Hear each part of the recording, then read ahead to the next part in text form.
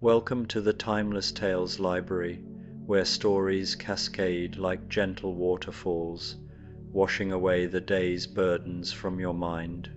I'm Oliver, your host, and tonight I'll be sharing a soothing tale to ease your mind and guide you gently towards sleep.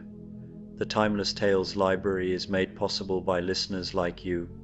If you've found comfort here, please subscribe and help us continue creating these peaceful stories.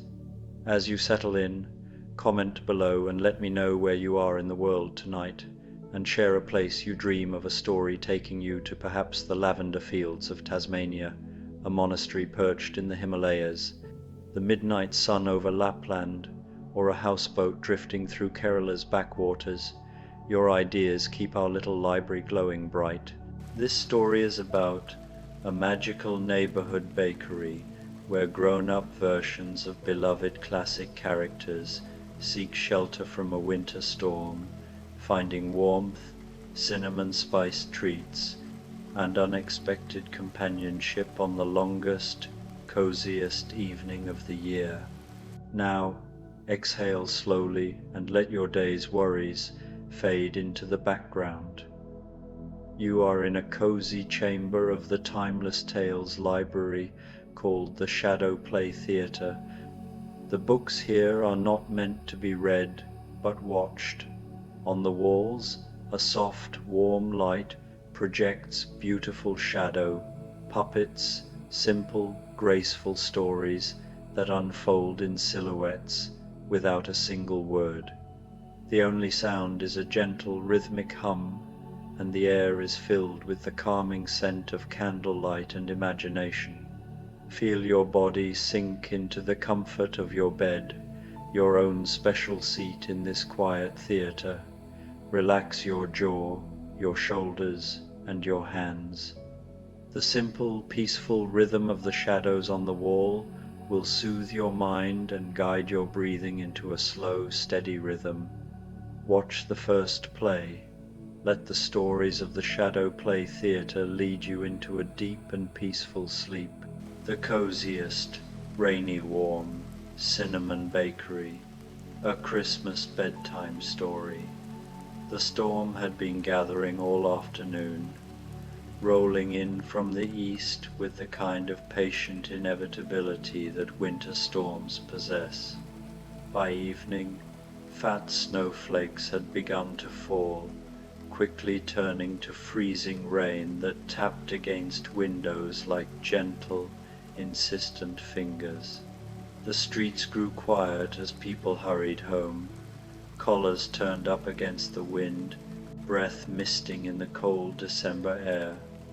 But on the corner of Maple and Third, where the old brick buildings leaned companionably together like old friends sharing secrets, warm golden light spilled from the frost-traced windows of the rainy day warm cinnamon bakery.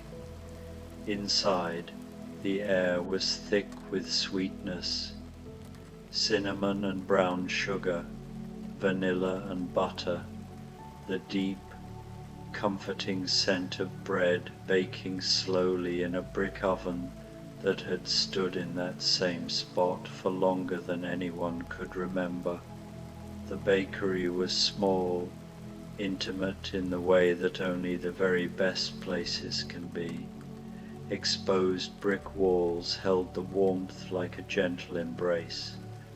Wooden beams crossed the ceiling, dark with age and strung with tiny white lights that glowed like earthbound stars. A fireplace crackled softly in the corner, its flames dancing behind a wrought iron screen, casting shifting shadows that seemed to move in time with some unheard music. Small round tables, each with 2 or 3 mismatched chairs, were scattered throughout the space, and in the corner nearest the fire stood a small Christmas tree, simply decorated with wooden ornaments and strings of dried orange slices that filled the air with their subtle, citrus-sweet fragrance. Behind the counter, Flour-dusted and patient, the baker moved with the unhurried grace of someone who had baked 10,000 loaves and would bake 10,000 more. The baker's hands were sure and gentle, shaping dough, brushing pastries with egg wash that would bake to a perfect golden sheen, checking the temperature of the ovens with the kind of attention that comes from true care. No one who entered the rainy day warm cinnamon bakery ever quite remembered the baker's face, only the feeling of being welcomed, of being expected, of finding exactly what they needed at exactly the right moment. Tonight, as the storm settled in for a long, cold evening, the bakery seemed to glow even more warmly than usual. Steam rose from pots of spiced cider warming on a back burner. Fresh cinnamon rolls, each spiral perfect and generous, cooled on wire racks, their cream cheese frosting just beginning to melt into the crevices. Loaves of bread, cardamom spiced and studded with dried cranberries, rested beneath clean linen cloths. And in the window, arranged with simple artistry, sat the bakery's specialty Christmas winter treats. Snowflake cookies, dusted with pearl sugar that caught the light like actual snow, gingerbread scones with crystallized ginger, and miniature bundt cakes rich with warm cinnamon and topped with a whisper-thin glaze of maple icing. The bell above the door chimed softly, and the first visitor of the evening stepped inside, bringing with her a gust of cold air and the scent of winter. Dorothy Gale shook the rain from her dark wool coat and unwound the crimson scarf from around her neck. Her cheeks flushed from the cold. She was in her late 20s now, though her eyes still held that peculiar quality of someone who had seen impossible things and chosen to believe in them anyway. Her dark hair was pinned up practically, and she wore sturdy boots better suited to Kansas farmland than city streets. But she'd learned long ago that practicality served her better than ruby slippers ever had. "Oh," she breathed, pausing just inside the doorway to take in the bakery's warmth. "Oh, this is exactly what I needed." The baker looked up from behind the counter and smiled, that knowing, gentle smile that made every visitor feel like they'd come home. "Welcome. Terrible evening to be out.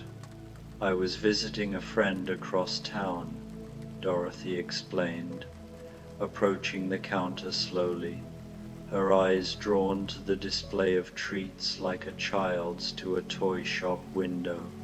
"The storm came up faster than I expected. I saw your lights and—" She trailed off, breathing in deeply. "Is that cinnamon and cardamom?"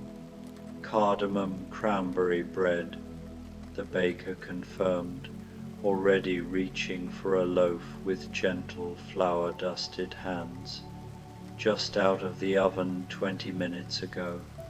And I think—" The baker paused, studying Dorothy with the kind of attention that felt less like scrutiny and more like recognition. "I think you'd appreciate a cinnamon roll. The cream cheese frosting has just a touch of vanilla, and there's extra cinnamon swirled through the center." Dorothy's smile was soft and grateful. "That sounds perfect. And maybe some tea? Something warm?" "Spiced apple cider," the baker suggested, already preparing it. "With a cinnamon stick and a slice of orange, it'll warm you from the inside out." While the baker prepared her order, Dorothy settled at a table near the window, watching the rain streak down the glass in wavering rivulets that caught and scattered the golden light from inside. She thought about home, about Kansas and the farm and Aunt Em, who wrote letters every week in her careful, slanted handwriting.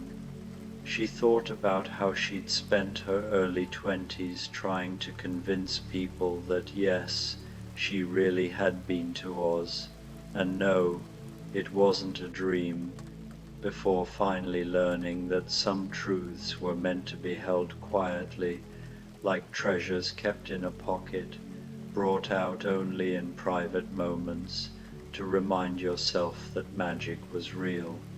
The baker brought her order on a simple ceramic plate, the cinnamon roll, generous and still radiating warmth, its frosting melting into perfect sweetness, and beside it, a thick slice of the cardamom cranberry bread, butter melting into its tender crumb, the cider steamed gently in a hand-thrown mug, the orange slice floating like a tiny sunset.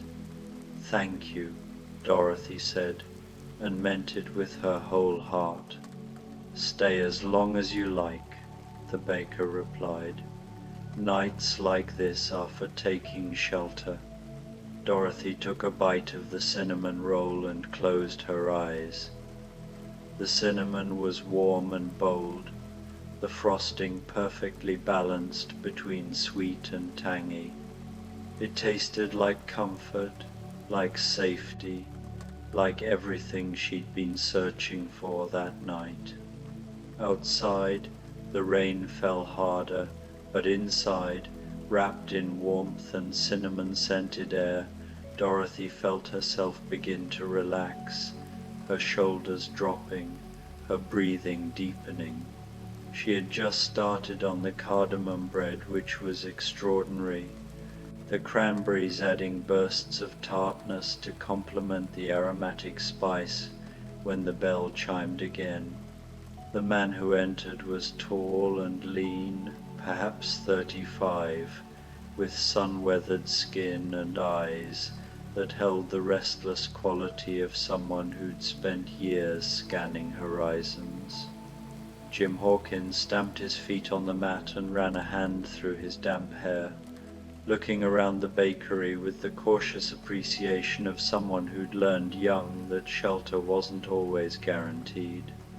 He'd spent his 20s at sea, following that first adventure to Treasure Island with years of sailing that took him to every port that mattered and dozens that didn't.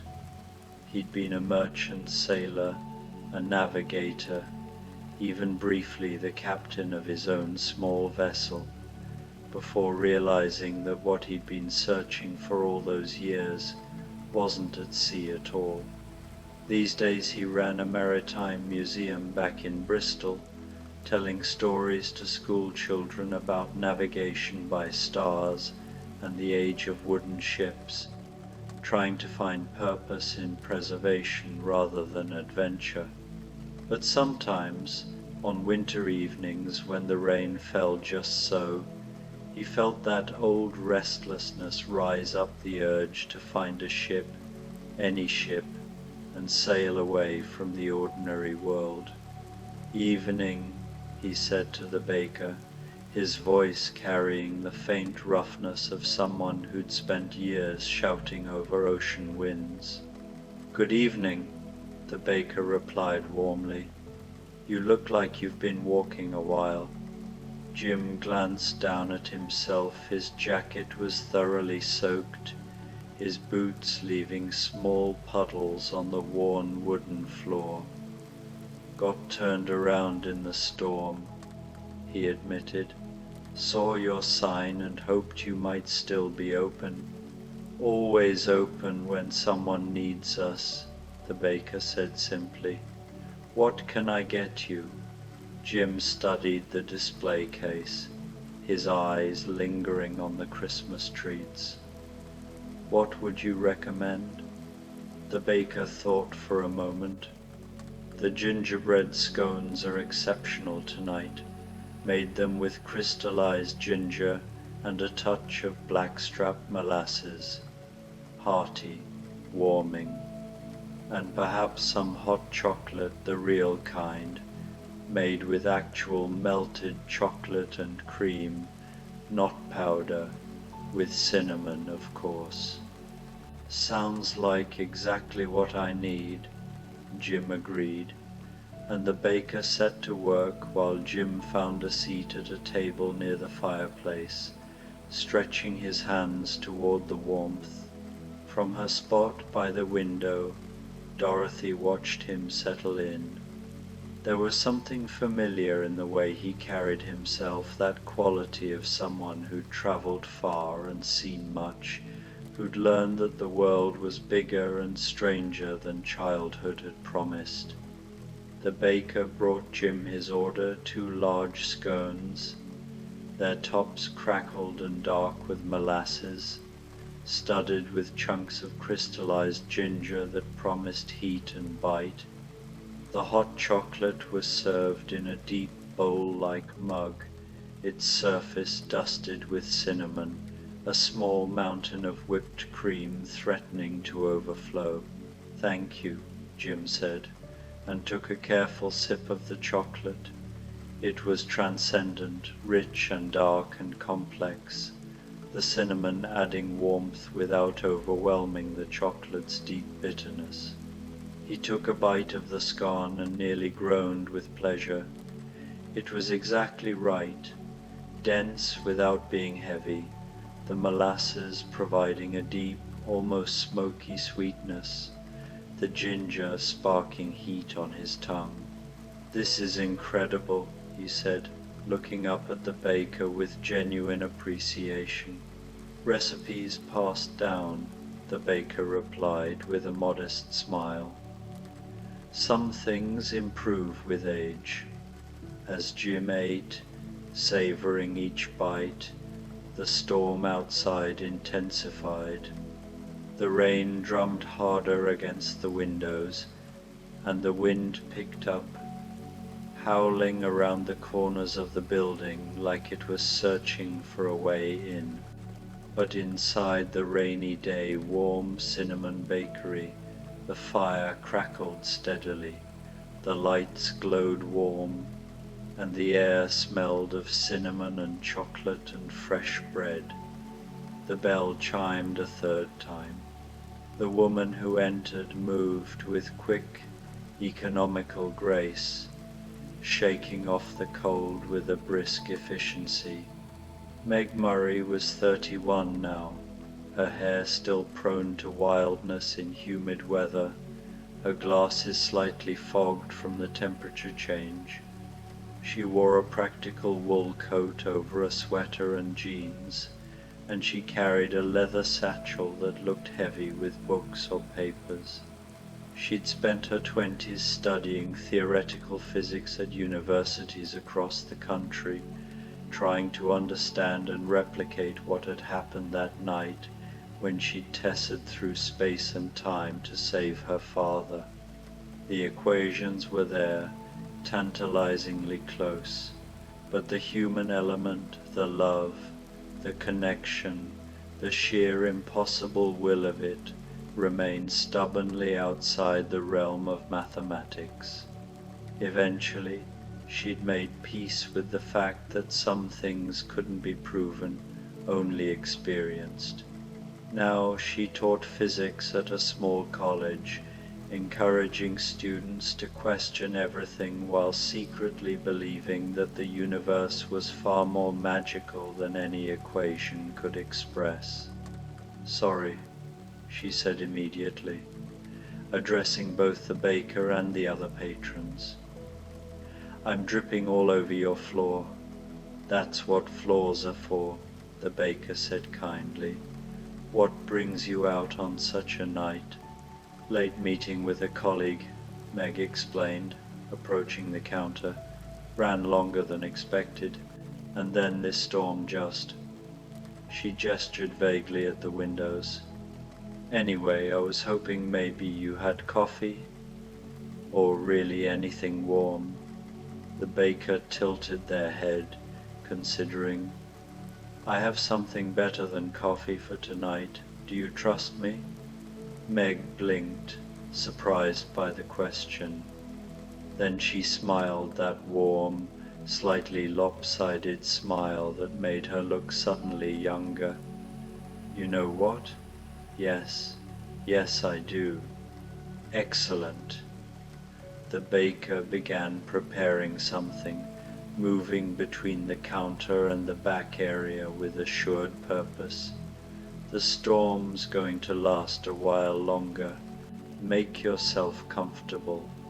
Meg chose a table between Dorothy's window seat and Jim's fireside spot, setting down her satchel and pulling out a worn paperback book, something about quantum mechanics and probability, though she found herself too distracted by the bakery's warmth to actually read.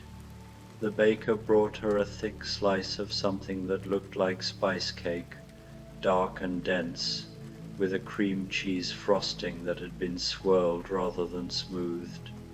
Beside it sat a mug of something that steamed invitingly.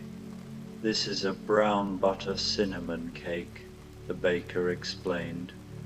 The butter's browned until it's nutty and rich, then mixed with cinnamon, nutmeg, and just a whisper of cardamom.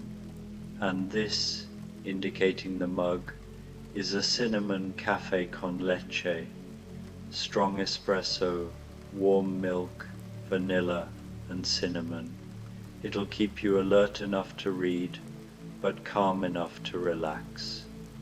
Meg took a bite of the cake and made an involuntary sound of delight. The brown butter added an incredible depth of flavor, almost caramel-like, while the spices provided warmth without sweetness. The cream cheese frosting cut through the richness perfectly, and the coffee drink was exactly as promised, strong enough to taste like real coffee, but mellowed with milk and made cozy with cinnamon. This is incredible, she said, echoing Jim's earlier words. Thank you. My pleasure, the baker replied, and meant it. For a while, the three visitors sat in companionable silence, each absorbed in their own thoughts, their own treats, the simple pleasure of being warm and dry while the storm raged outside. Dorothy finished her cinnamon roll and started on her bread, savoring each bite. Jim worked his way through both scones, the crystallized ginger leaving a pleasant burn in his throat that the hot chocolate soothed perfectly.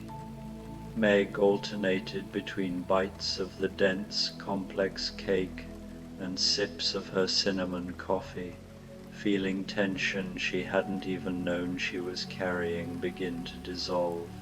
The bell chimed again, and this time the man who entered brought with him an air of such profound dignity that everyone looked up. Captain Nemo was perhaps 50 now, though his dark hair showed only a few threads of silver at the temples. He wore a long coat that belonged to no particular era or nation, and his eyes held the deep, contemplative quality of someone who'd spent years in the ocean's depths, witnessing wonders that surface dwellers could never imagine. He'd finally left the Nautilus behind a decade ago, finding that isolation, even peaceful isolation, eventually became its own kind of prison.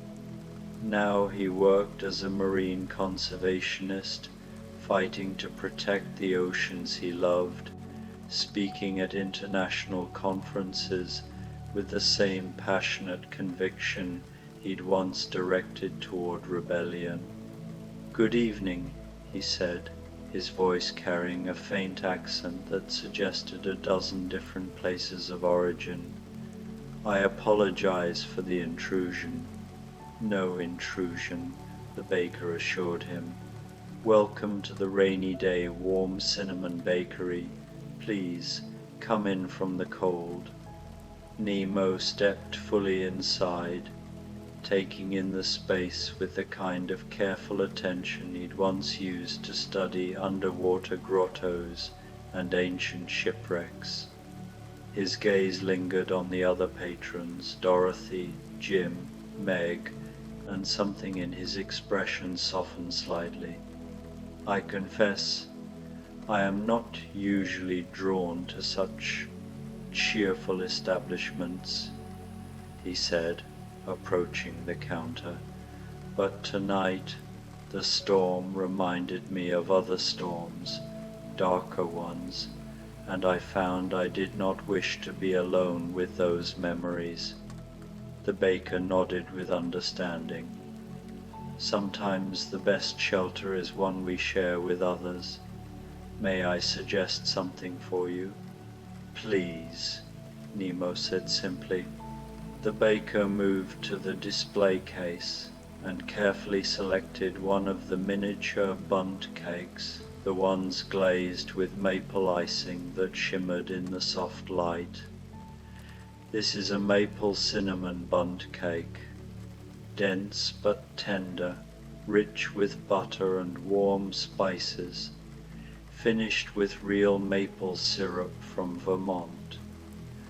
And for you," the baker paused, then smiled, "I think a traditional chai, black tea with cinnamon, cardamom, cloves, ginger, and black pepper, made with milk and honey.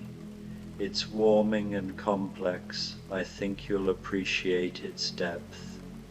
Nemo accepted the plate and mug with a slight bow of his head. "Thank you. Your intuition is appreciated." He chose a table slightly apart from the others, not isolating himself, but maintaining that sense of self-contained solitude that had become his nature. But as he sat and took his first bite of the cake, his eyes closed briefly in what might have been pleasure or relief or something close to peace. The cake was extraordinary. The cinnamon wasn't overpowering but woven throughout like a golden thread, and the maple glaze added a sweetness that was complex rather than cloying. The chai was equally perfect, robust and spiced, the milk making it smooth, the honey adding a sweetness that felt almost medicinal in its comfort.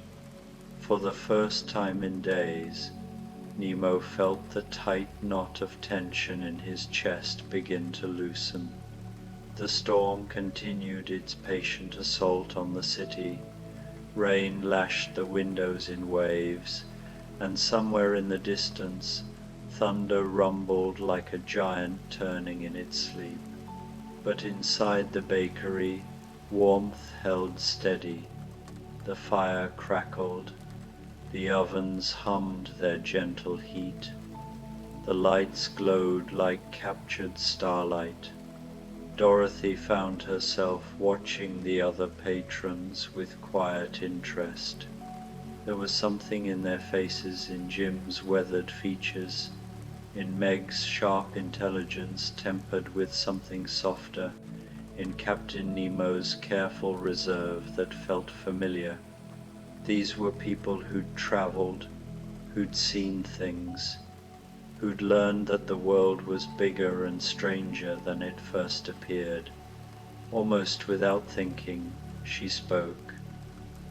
"This storm reminds me of another one," she said quietly. "Years ago, in a different place." Jim looked up from his hot chocolate, curious. Meg marked her page with a finger. Even Nemo turned his attention toward her, though his expression remained carefully neutral. "Kansas storms are different," Dorothy continued, her voice soft and dreamy, almost hypnotic in the cozy warmth. They come across the plains like armies. You can see them forming on the horizon, watch them build and build. The one I remember most turned the whole sky green, like the world was underwater, or... She paused, then smiled slightly. Well, it changed everything. I knew a storm like that, Jim said slowly, at sea. I was just a boy, really maybe 19. The sky turned black as pitch, and the wind came from every direction at once. We thought we'd go down, thought that would be the end. He took a sip of his chocolate, his eyes distant. Changed everything for me too. Meg laughed softly. I was terrified of storms when I was younger. Used to think they were tears in the fabric of reality, places where the universe got thin and anything might slip through. She pushed her glasses up her nose. Turns out I wasn't entirely wrong about that. Nemo set down his teacup with careful precision. The worst storms are underwater, he said quietly.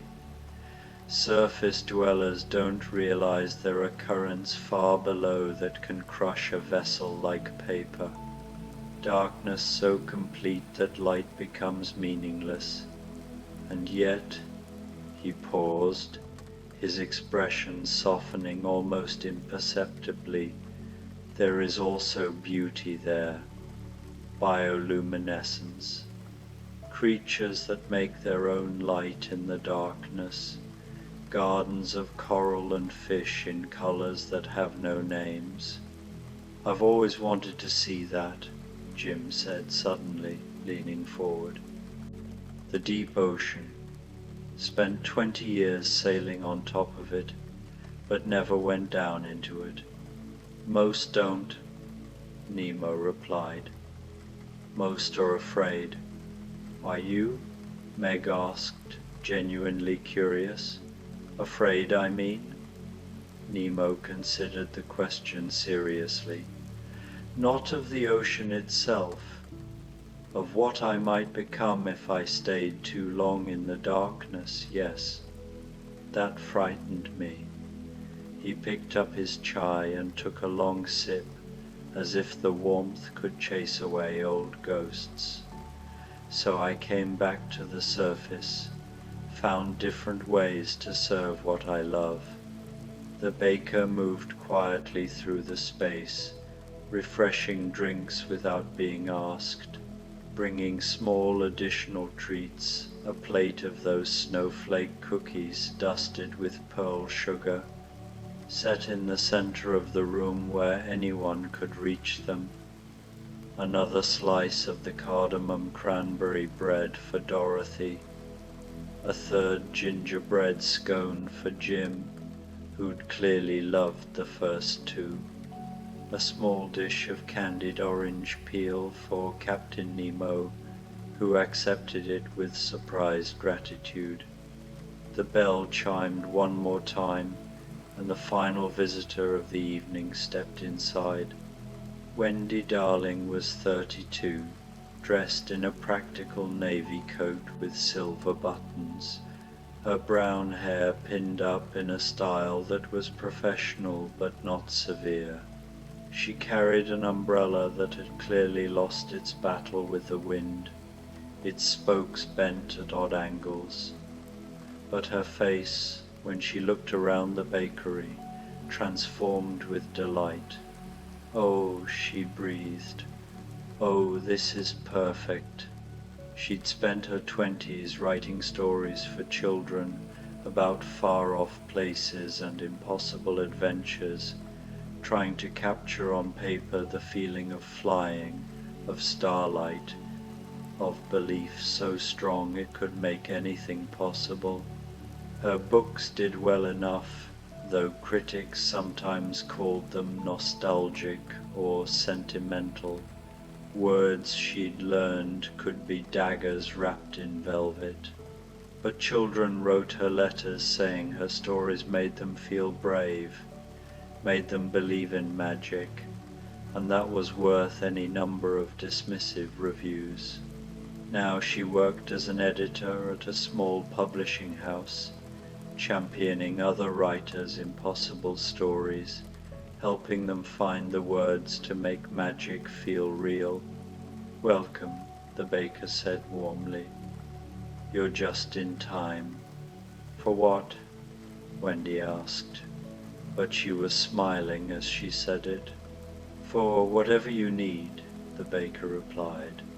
"Let me guess, something sweet, something that tastes like childhood, but with the complexity of now?" Wendy laughed, surprised. "Yes, exactly that."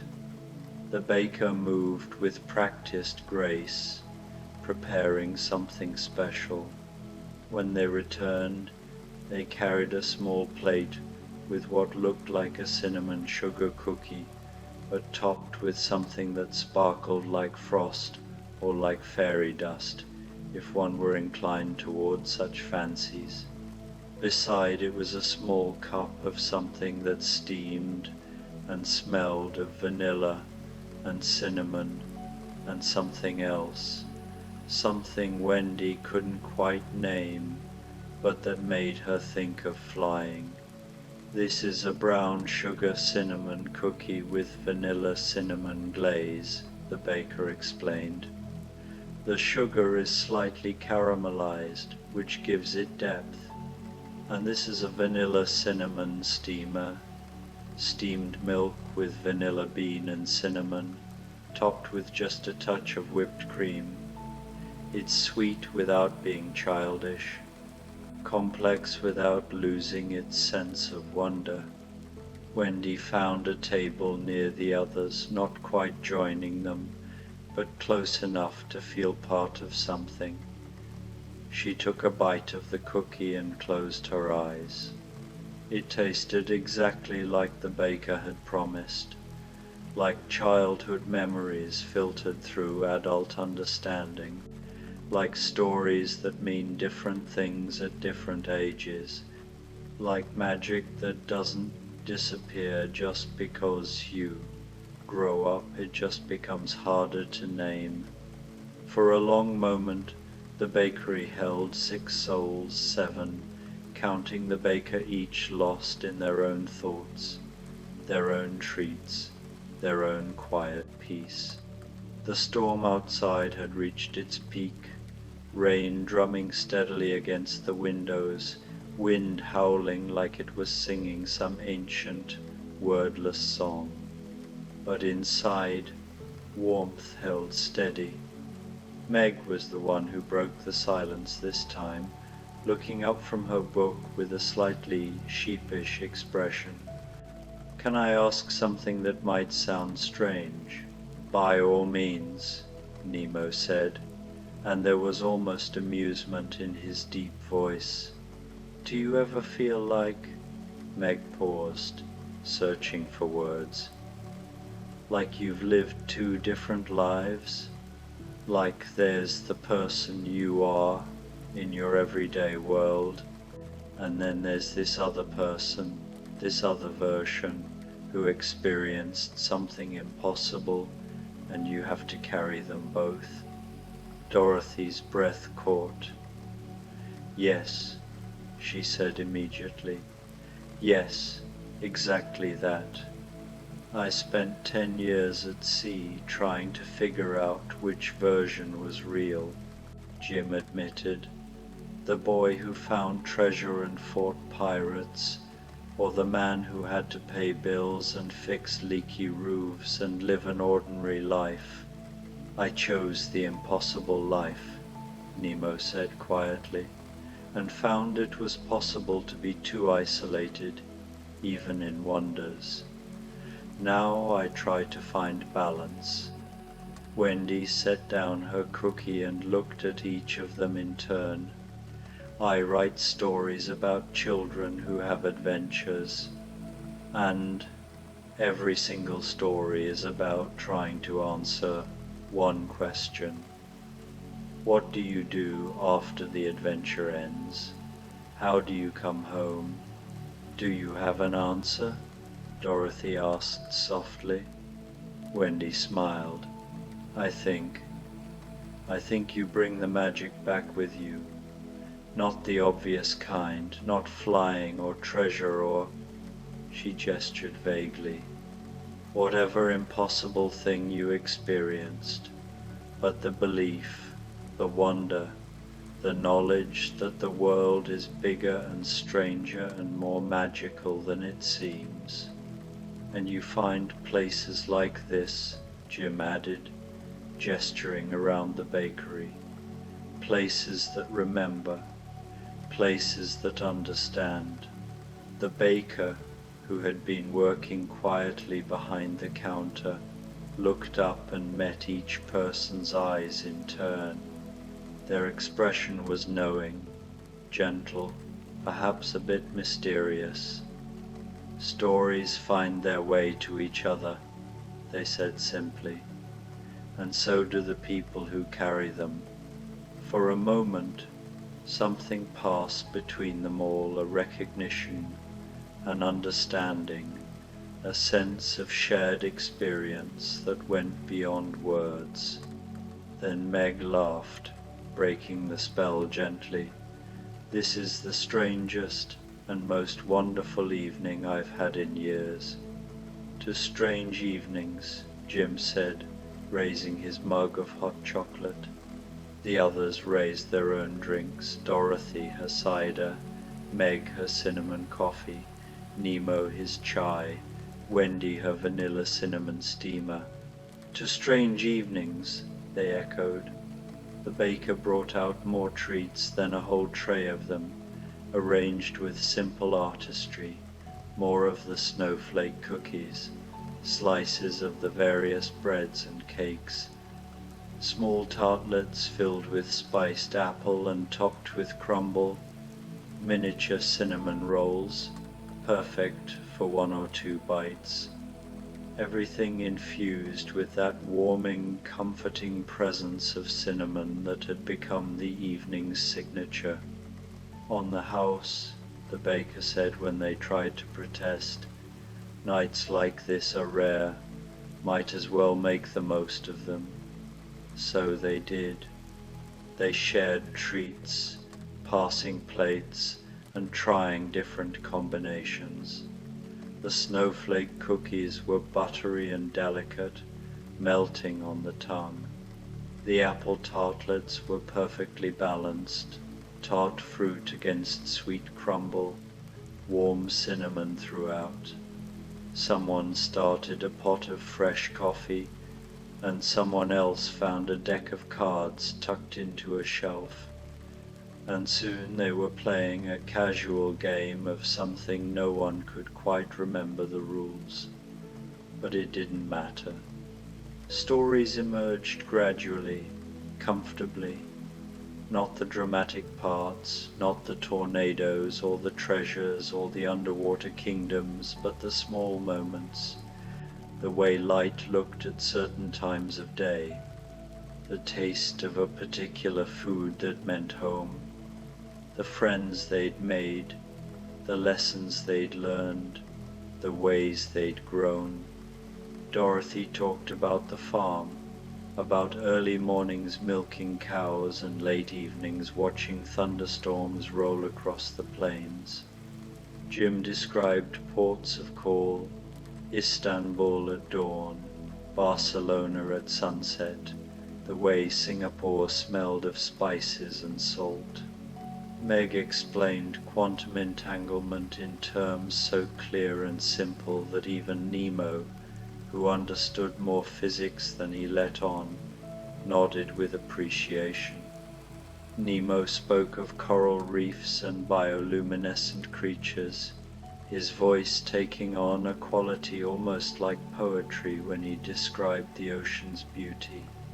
Wendy read a paragraph from her current manuscript, a story about a girl who learned to sail on clouds. and everyone listened with the kind of attention usually reserved for sacred things. The baker moved among them like a gentle ghost, refilling cups, bringing fresh treats, stoking the fire when it burned low. Sometimes they hummed a tune with no clear melody, just a thread of sound that seemed to weave through the conversation and make everything feel more connected, more whole. Outside, the storm began to ease. The rain gentled from a downpour to a steady patter, then to an occasional tap against the windows. The wind died down from a howl to a whisper. The clouds, which had been solid black, began to thin and tear, showing glimpses of stars between the rifts. But inside, no one moved to leave. It was too comfortable, too peaceful, too rare to find this kind of companionship, this sense of being understood without having to explain. Dorothy found herself thinking that this was what she'd been searching for all these years. Not a way back to Oz, she'd known for a long time that some places could only be visited once. But this feeling of belonging, of being seen and accepted for all her strange experiences and impossible memories. Jim realized that what he'd been chasing across all those oceans wasn't adventure at all, but connection. The sense of being part of something, of mattering to people who mattered to him. Meg, who spent so much time in her head with equations and theories, felt herself fully present in her body for the first time in weeks, aware of the warmth of her coffee mug, the sweetness of the cake, the sound of laughter around her. Nemo, who had isolated himself for so long in the name of principle, understood that solitude and loneliness were not the same thing, that he could maintain his independence while still choosing sometimes to be part of something larger. And Wendy, who'd spent years trying to capture magic in words, realized that magic wasn't something you captured at all. It was something you recognized when it appeared in a warm bakery on a cold night, in the company of strangers who understood, in the simple, perfect taste of a cinnamon cookie made with care. The baker brought out one final offering as midnight approached, a large cinnamon babka, its dough braided and swirled with cinnamon sugar, baked until golden, and brushed with a honey glaze that made it shine. They sliced it into generous pieces and set it in the center of the largest table, where everyone had gradually migrated to sit together. This, the baker said, is for sharing, for endings that are also beginnings, for journeys that circle back home. They each took a piece.